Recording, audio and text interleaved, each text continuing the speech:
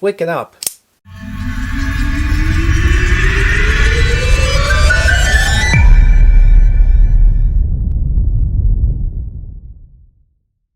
So this is the Hogue Microflip. This is the box it comes with. It is really a boring box. Nothing else is included in this box, which is just a shame. For the price of everything that I pay, I was expecting something really fancy inside, and it wasn't. So what do we get over here? We have this interesting looking pouch that is, and it says Hogue on it, which is hand stitched right here. Inside of it, we have this material, which is really soft. It's actually not a bad kind of material. The bad thing about this is just that it gets you all kinds of specks of dust all over this thing. I don't know where this comes from. It looks kind of ugly. But the material in itself, it is soft touch and it is cool looking.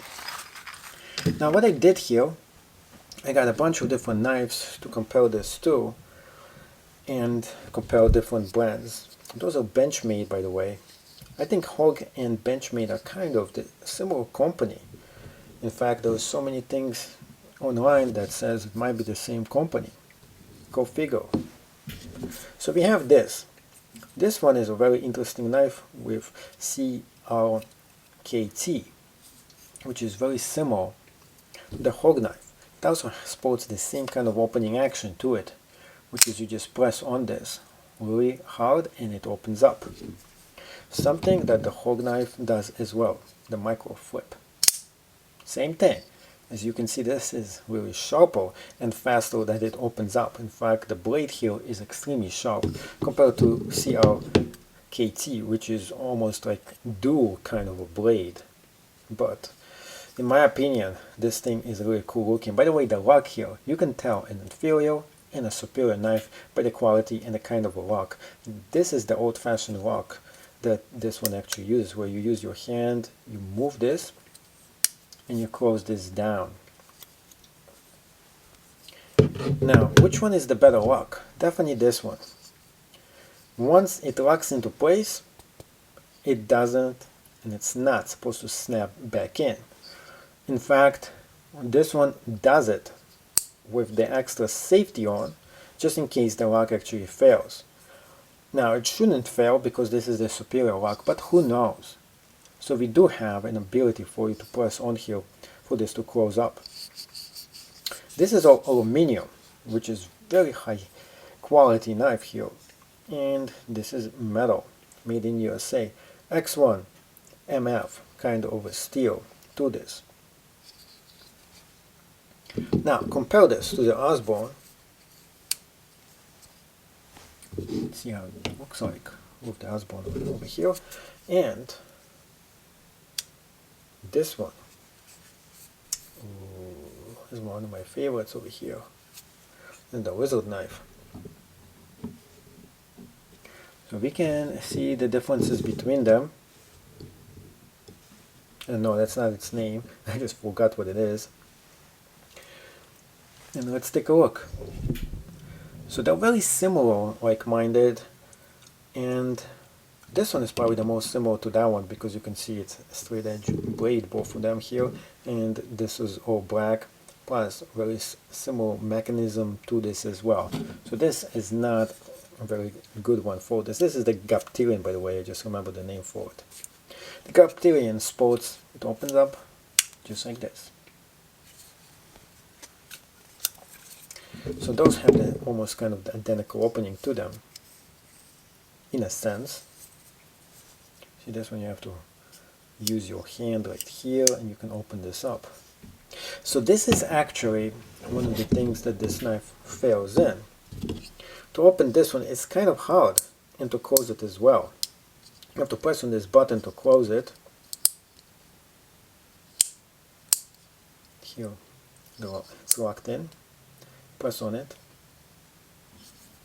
apply some little bit of a force, and it closes up. Why is this annoying?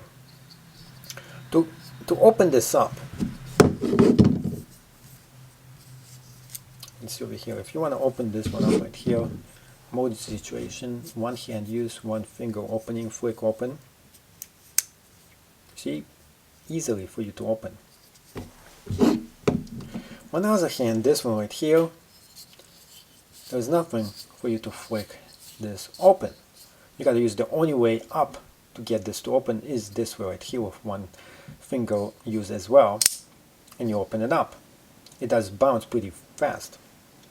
But this is the big but here. The only other way for you to open this is to force it open with two hands like this. So you have to use two hands to open this up. And this one you don't. You can open it like this if you want to, but the easiest way is just like this, and it opens very easily and fast. It's just a different way to open it. I don't really think that...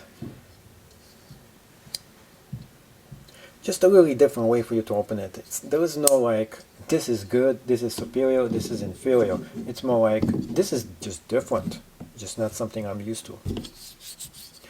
The handle itself is pretty cold because it's aluminum. This one is pretty soft. I like the way it feels. On the other hand, one of the big letdowns is the deep carry clip over here. So you can see that the carry clip here, it says the name of the company. I don't like that. It's also very hard for you to bend this as well. This is the same, by the way. A few other things here. If you're going to be holding it in your hand, good grip. I'm getting all my fingers on here. So for most people, you should be able to do this, although this is the miniature smaller knife. But if you wanted to use, if you have bigger fingers, you want to put this like this, you can't really put your finger here. I mean, you can, but you're risking cutting it right there. So that's dangerous. Don't do that. And I know for people who are accidentally tempted, hey, I'm going to put my finger like this, well, that's an accident waiting to happen. So that's one of the reasons you might not actually want this specific knife. But for most people, this is not and should not be a problem. Gives you very good grip. You use a lot of force on the top here. When it comes to measurement, overall size, this one comes to 6.5 inches. This part is about 3 3/4. The actual blade is 2.5 of an inch. Overall, it is solid, really good looking, fancy looking knife. I like how it looks. I like a lot of the things about this. Very interesting grip. This is just interesting look here.